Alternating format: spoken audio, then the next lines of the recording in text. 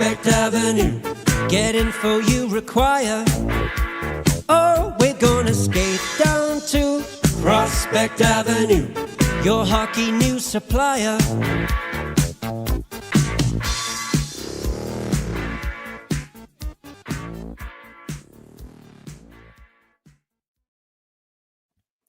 All right, everyone, we're doing it. Welcome back for another episode of the world famous Prospect Avenue podcast. I am your host, Kris Baker, here in the bunker in lovely Hamburg, New York. This is episode 20 of Prospect Avenue. And yes, I know it has taken us quite some time to get to episode 20. The last one of these that we did was back on March 3rd. So at that point, we were at the tail end of the 2023-24 prospect schedule.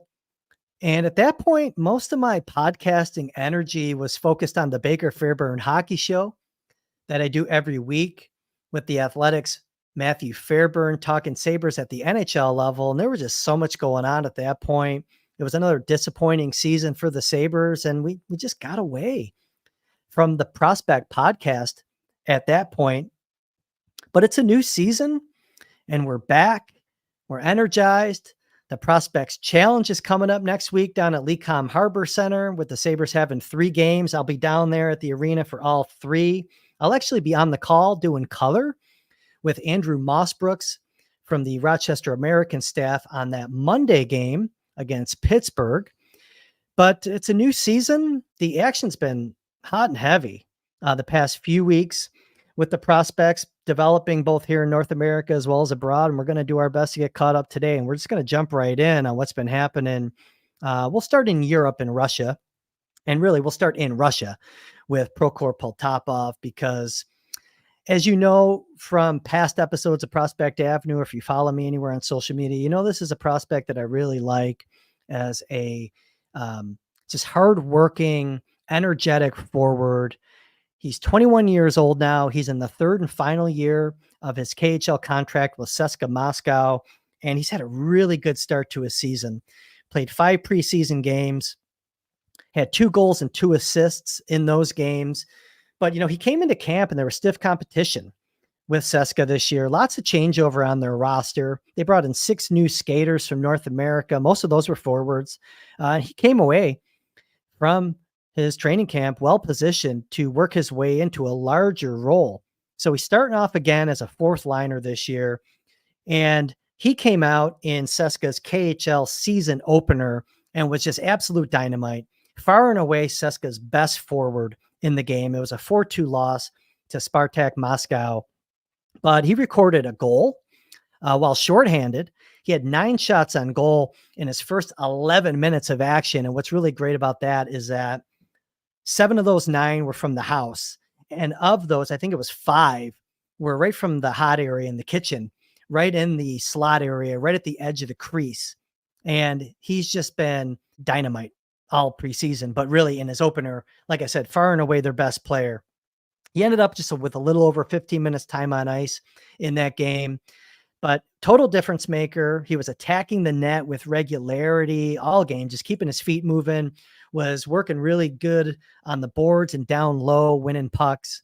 Just liked what we saw from Poltapov in his season opener. And after the game, so CSKA has a new head coach, Ilya Vorobiev. He replaced Sergei Fedorov, who decided to leave CSKA at the end of last season. But Vorobiev was just talking about how Poltapov was probably their best attacking forward in the game. And if he keeps playing that way, he's going to get more responsibility. Some of the responsibility he has right now is he's definitely a primary option on the PK. They have a lot of offensively gifted players, so I'm not sure if we're going to see a lot of power play time for Poltapov this year. But I think if his first game is any indication, he is certainly set up to get more 5-on-5 minutes in the next block of games here. So, 15 minutes, setting a good baseline in terms of time on ice. Like to see him get up to 16, maybe work his way to 17 if possible. He's going to need more special teams time to get that handed to him. But needless to say, really liked what we saw from him. So I mentioned that he's in the 3rd and final year of his KHL contract, and we'll see what he wants to do at the end of the season. This is a player that has said that he has NHL aspirations, but he's okay letting the Sabres wait for him to be ready. He wants to be a star player in the KHL. He's often mentioned names like Kaprizov and Panarin, and like, I don't think he's ever going to get to that level, but I think his star can certainly shine brighter than it has in the first 2 seasons of his contract, and he's well on his way. In terms of money, he's going to make about 12 million rubles this year. And I was looking at a converter. That's about 138,000 American dollars. So if money's important, if he has to come over next year and spend some time in Rochester and say he makes 10% of his NHL salary, he's probably set to make less next year if he came over to North America, and he's presently making in the KHL. But needless to say, definitely one to keep an eye on. Works hard, really good forechecker, really good carrying speed with the puck on his stick. He's got a heavy skating style to him. And I just think that he's set up to do some really good things this year. And like I said, if his first game is any indication, I think he's going to meet expectations for what we're setting for him this year. So really good start for Poltapov. Good to see. And we'll see where he goes. CSKA comes back in action on Sunday with their home opener against Admiral Vladivostok. We'll see what his ice time looks like in that one. So we're going to keep the train rolling here on Prospect Avenue. We're going to bounce over to Finland and talk a little bit about TPS centerman Viljami Marjala. So Marjala enters the season. It's going to be a big year for him this year. He had 17 goals and 40 points last year, stayed healthy as a TPS centerman last year, appeared in all 60 games, got off to a really good start this year with a goal and 6 assists in his first 5 preseason games for TPS Turku. And it looks like he's their number 1 centerman this year. Definitely top 6 guy and a leading catalyst on the TPS power play. But this is a big year for Marjala because this is the final year of the Sabres holding his signing rights. He has a 1-year deal that he's in right now with TPS. He certainly has dreams and aspiration to coming over to be an NHL player. You got to remember, this is a player that played 2 years in the Quebec League of Major Junior before going back to Finland to continue his development in the TPS system. But right now with Mariala this season, he suffered a bit of an injury. He got dinged up in one preseason game, what looked like a hand injury, but now he's out for 3 to 4 weeks with a hand wrist injury. It was heavily taped, I'm told. So he's probably not going to be seen in action until October-ish. And that's kind of a blow for TPS Turku right now. They're a team that was expected to be right in the middle of the pack in Liga this season. And now they're going to be without their number 1 centerman for the next 3 to 4 weeks. Not a good situation for them. Not a great season for Mariala. But, look, this is a player that I think the Sabres should be looking at heavily in this final year of them holding his signing rights. They have regular dialogue with him weekly during the season to talk about his games and just review, how his life is looking over in Finland. They give him feedback and advice on some things that he can do differently. They certainly had input into his off-season weight training regimen, try to give him ideas of what they want to see from him stylistically. Very skilled skater and playmaker. He is definitely at his best when he has the puck on his stick and he's able to read and set up his line mates. But now you want to see a little bit more power in his game. You started to see it last year. He was getting to the net a lot more. He was around the net front more. By no means is Mariala a perimeter player, but definitely want to see more power in his game, more of that North American style in his game. And I think if he continues to show that, they'll start discussing, maybe framework for an entry-level contract. And he's a guy that they should want to look at to get over into North America just to add to their forward depth. They have some good forwards right now, but obviously the landscape can change. We saw Matthew Savoy traded. You still have a pretty healthy group of forward prospects that could be used as trade currency to kind of clear the way. And Marjala could be seen as a really nice secondary playmaking option to bring into Rochester as soon as next year. So it's a big year for him. Really good year last year. He set the bar high for himself with 40 points and that Liga Rookie of the Year honor that he picked up. And we'll see where Mariala can take himself this season. Another 40-point season would be great to see. Not out of the question, even though he's going to miss some time. Gets a lot of power play time, like I mentioned. And, just keep getting faster and stronger. He was probably the biggest riser in the prospect ranks last year. Not just because of his points, but you can see the physical development leading to positive results on and off the puck in his game in Liga. So you want to see more of that this year. And we'll see if the Sabres keep talking to him every week and see if they start discussing contract. But one to definitely keep an eye on for sure moving forward. We're going to stay in Finland and just want to kind of give an update on goaltending prospect Topias Leinonen. So Leinonen is a guy who has a completely fresh slate this year. He moved from Jyväskylä in Liga. He's going to be playing in Sweden's second division this year, Hockey Allsvenskan, with Mora IK. And he's off to a good start. He looks healthy, looks leaner, looks quicker. He's played 3 games thus far. He's picked up wins in all 3 of those games. He had a preseason debut with Mora, made 22 saves and a 2-1 victory over defending Norwegian League champion Stormar. Then he came out and picked up a shutout. Didn't get a lot of action. I think it was 16 or 17 saves that he made in a victory over Frisk Asker.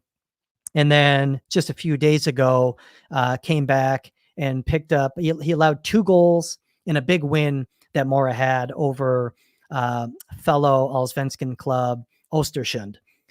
So with Leinonen, look, this is his 3rd post-draft year. I know there's a lot of people that are down on the pick. He was a 2nd-round pick. He was the first goaltender in his draft class taken. And, I think that a lot of judgment is being made on him prematurely, frankly, just based purely on his draft position. He's battled injuries. He had a stress fracture in his ankle about, I want to say 17, 18 months ago that flared up right around this time last year that prevented Leinonen from getting off to a good start to his 2023-24 season. Then he returns to health and he's in the Jyväskylä system playing for a coaching staff that historically was just reluctant to lean heavily on young goaltenders. So he had the injury working against him. He had the coaching staff and just their natural inclinations leaning against them. And then, he's looking like he's fully back to health right around December. Jyväskylä cans their coaching staff and they bring in a new coach because they were just having a disappointing season. And the new coach was not in any position to lean on Leinonen at all to get him in when he had to right the ship. And so he leaned heavily on Väinö Väiväläinen. Leinonen ended up playing the rest of his year with the under 20 squad. And now he's got a clean slate. So look, he's very much in the mix. Again, I know a lot of people are down on him based on his statistics and the fact that he hasn't played a lot. But if he can get back into a good rotation this year, and he's in a good situation with Mora, he's going to get good support. Kind of like how I mentioned TPS is expected to be in the middle of the pack in Liga. That's right around where Mora is expected to be, right in the middle of the pack in Hockey Allsvenskan this year. I think it's a 14-team league, and they have the 7th best odds. They're right around 12-1. Odds-on favorite to win Hockey Allsvenskan this year. So right in the middle of the pack, he's going to get good support, but he's in a good situation. His confidence seems high. He seems healthy. He lost a significant amount of weight, it looks like, and he looks sharper. So he has some structural elements to his game that he needs to continue working on, no question, largely around his footwork. He's a massive specimen, and he needs to be a little sharper and stronger with his feet. And he'll, if that comes along, it'll just keep him more in position, more square. If he arrives to more shots on his feet, that should lead to less scrambling. And he'll be in just a much better position for those 2nd and 3rd shot attempts that come in after that initial save is made. But look, I think he's very much in the mix, and he's got some competition. No doubt about it. I mean, Scott Ratzlaff had a really great season last year in the Western Hockey League with the Seattle Thunderbirds. The Sabres went back in the draft this year and picked up Ryerson Leinders, who was a very good goaltender last year in the Ontario Hockey League. So he's got some competition, but he also has some time. He's got 2 seasons ahead to get his development on a good track, and the Sabres going to work closely with him. He's got a good relationship with Sabres goaltending development coach Seamus Kotick, and he's got a really good development coach and nutritionist back home in Finland. So, we're not throwing him away at all by any means. He's got time to get it on track, and I just want to make sure that everyone realizes that he's in the mix. I do think that the Sabres, if they had their druthers, they would have liked to have brought him over on an ATO at the end of last season. I think there were some contractual issues that prevented them from getting him into Rochester on an ATO. And look, he didn't even have to play. It would have been just bringing him over to get some face time with him, to set his, weight training and his off-season developmental agenda, and just to kind of get the dialogue going face to face. FaceTime matters in that business. And needless to say, they didn't get it done, but they can still work with him moving forward. And I think he's very much in the mix. So he's off to a good start in his new surroundings, and we'll see where he can take his season moving forward. Oh, let's see. We probably want to get into a quick discussion on the USHL season because preseason's underway, and got to watch a couple games this week involving Green Bay Gamblers forward Vasily Zelenov and Youngstown Phantoms defenseman Luke Osborne. So Zelenov played last year over in Europe with the Red Bull Academy in Austria, and he exercised his right to come over as a USHL draft pick. And it looks like he's going to be playing this season in the USHL, playing Junior A with the Gamblers. So got to see him play 2 games this week, and man, he got hit a lot. So I think that was the biggest takeaway that Zelenov had, was he's going to, have to get used to the physical rigors or the North American game. Everything happens very fast. He's going to have to get stronger on his skates, but you definitely see the skill. Got some power play time. He's playing center. So he did a decent job winning some faceoffs in the games that I got to watch him this year.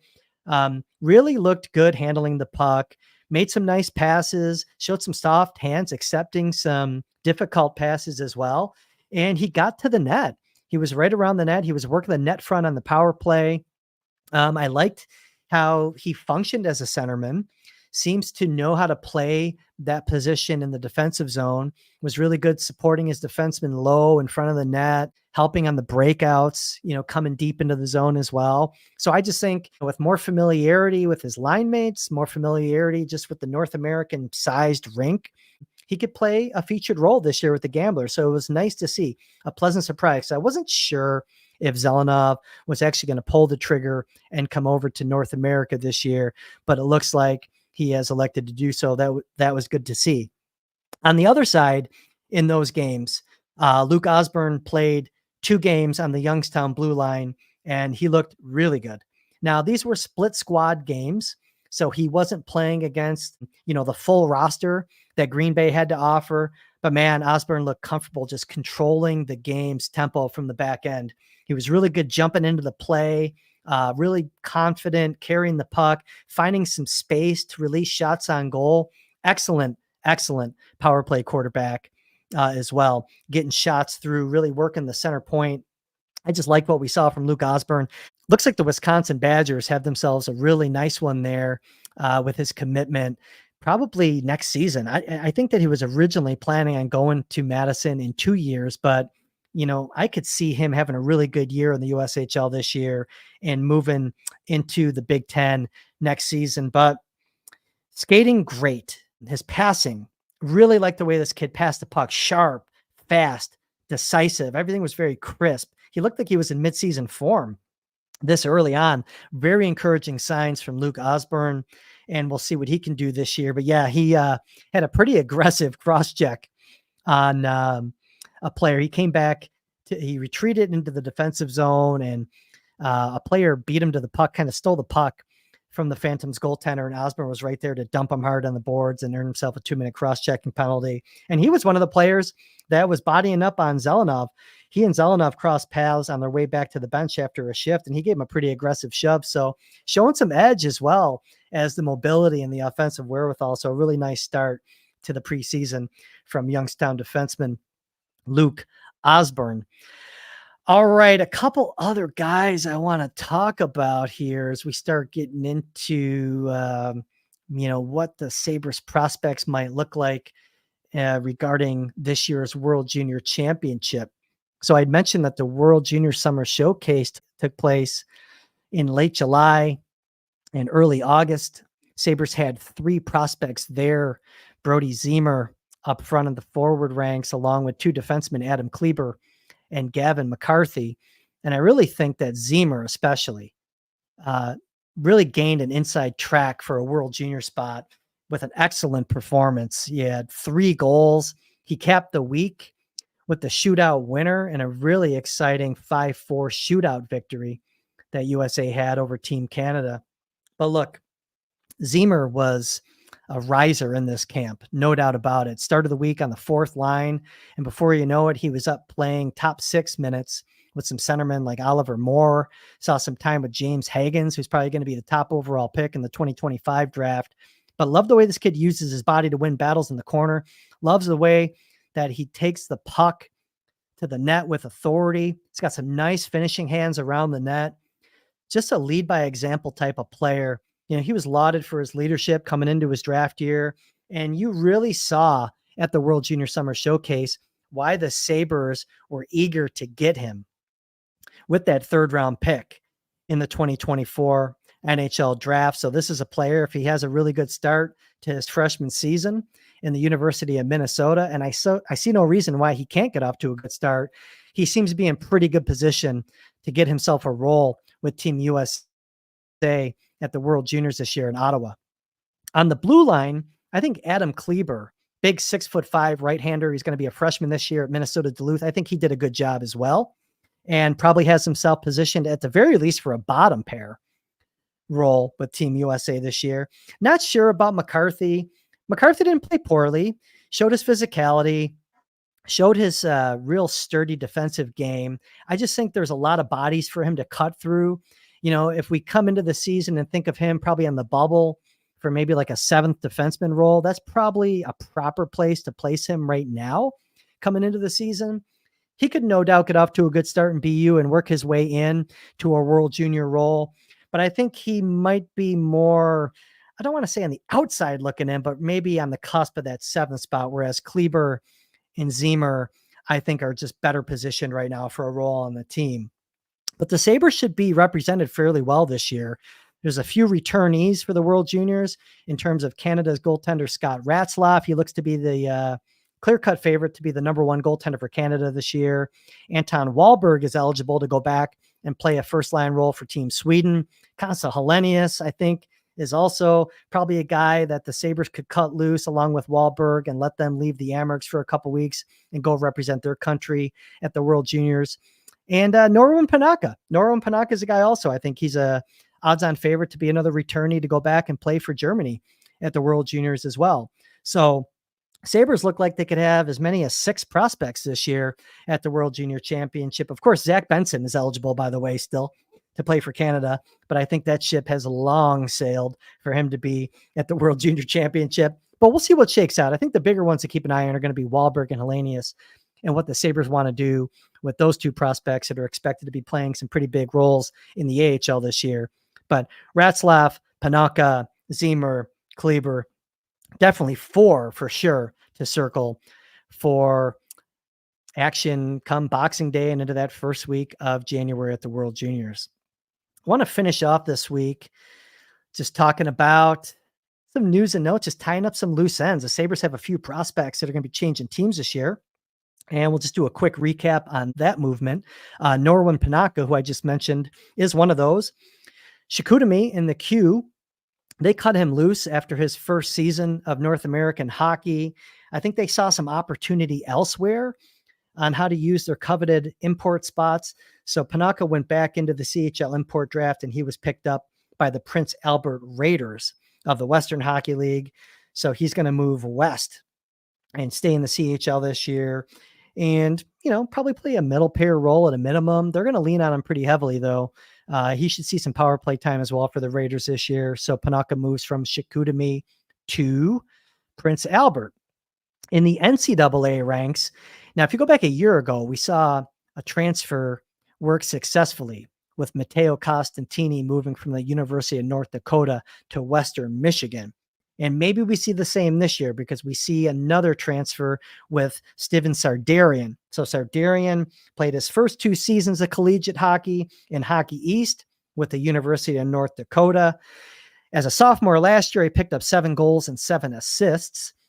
And he opted to leave and hit the transfer portal. He was originally going to transfer to Northern Michigan in the CCHA. Shortly after Sardarian put in his transfer request to NMU. They had a change in their coaching staff. So Sardarian elected to just kind of remove himself from the turbulence there in the Northern Michigan program, and he moved a little bit west on the Upper Peninsula of Michigan, and he landed at Michigan Tech. So Sardarian has begun practicing with his new Tech teammates there, and he's in a pretty good situation at Michigan Tech, staying in the CCHA. We're in 3 years of the revived CCHA, and Michigan Tech's finished in second place in each of those 3 years. So if you go back and you look at Sardarian, especially the last, maybe 8 to 10 game block of his season last year, and you can see the extra work paying off that he was putting in with the UNH strength training staff. He was doing an extra lift every week, and you started to see it translate on the ice. He was winning more battles. He looked a little faster. He just had a better end to the season, certainly better than the way that he started out last year. So if he can pick up where he left off, he's in a good spot at Michigan Tech. So we'll see where he takes himself this year, but I wanted to get a plug in for him in the change of scenery that he's going to be having. And I think there's one other one. Yes, Ryerson Leenders.